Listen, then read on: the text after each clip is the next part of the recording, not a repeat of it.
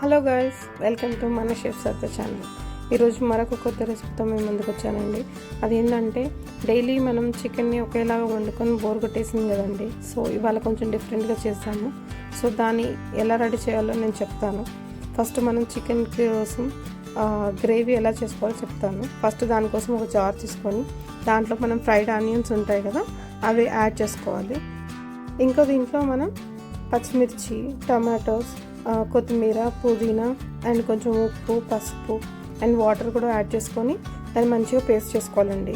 ఇదే మనకు గ్రేవీ అంతా మనకి మంచిగా వస్తుంది అన్నమాట. దీనివల్ల థిక్ కూడా అవుతుంది.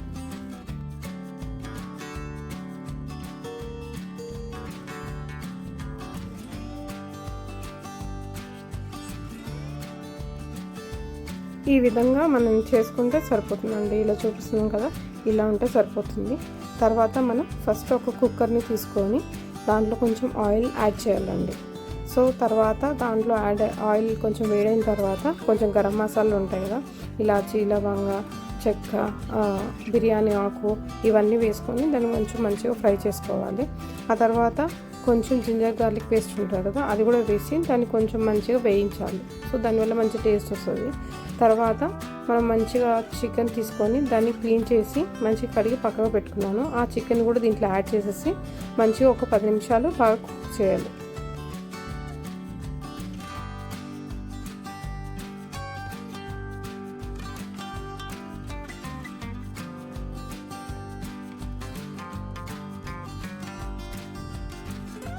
ఇప్పుడు మనం దీంట్లో కొంచెం ఉప్పు కూడా వేసుకోవాలి. ఆల్రెడీ మనం ముందు వేసాం కదా పేస్ట్లో. సో దానికి తగ్గట్టు చూసుకొని ఎంతైతే అవసరం ఉంటుందో అంత వేసుకుంటే సరిపోతుందండి. ఇంకా దీంట్లో మనం చేసుకున్న పేస్ట్ని కూడా వేసుకోవాలి. వేసుకొని దాన్ని మంచిగా కలుపుకోవాలి.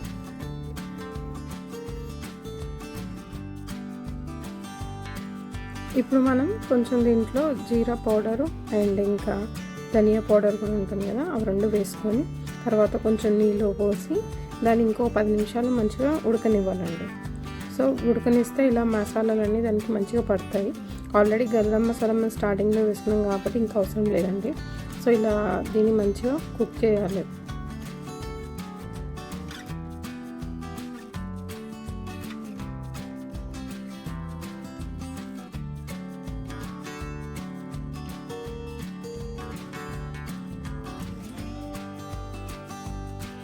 ఒక 10 మినిట్స్ తర్వాత ఇప్పుడు మనం ఏం చేయాలంటే ఒక మూత పెట్టుకొని ఒక విజిల్ ఇస్తే సరిపోతుందండి మనకి. సో ఆ విజిల్ అయిపోయిన తర్వాత ఆపేసుకుంటే సరిపోతుందండి. ఇప్పుడు మనకి చికెన్ అనేది రెడీ అయిపోతుంది. ఫైనల్లీ మనం ఏంటంటే గార్నిషింగ్ కోసం కొంచెం కొత్తిమీర వేసుకుంటే చాలా బాగుంటుందండి. ఇలా తప్పకుండా ట్రై చేయండి అండ్ కమెంట్లో కూడా మెన్షన్ చేయండి మీకు ఈ రెసిపీ ఎలా నచ్చిందో అండ్ మీరు నెక్స్ట్ ఏ రెసిపీ చూడాలనుకుంటున్నారో పక్కా మెన్షన్ చేయండి. అండ్ ఈ రెసిపీ కనుక మీకు నచ్చినట్లయితే ప్లీజ్ లైక్ చేయండి, షేర్ చేయండి అండ్ నా ఛానల్ని సబ్స్క్రైబ్ చేయండి. Thank you so much.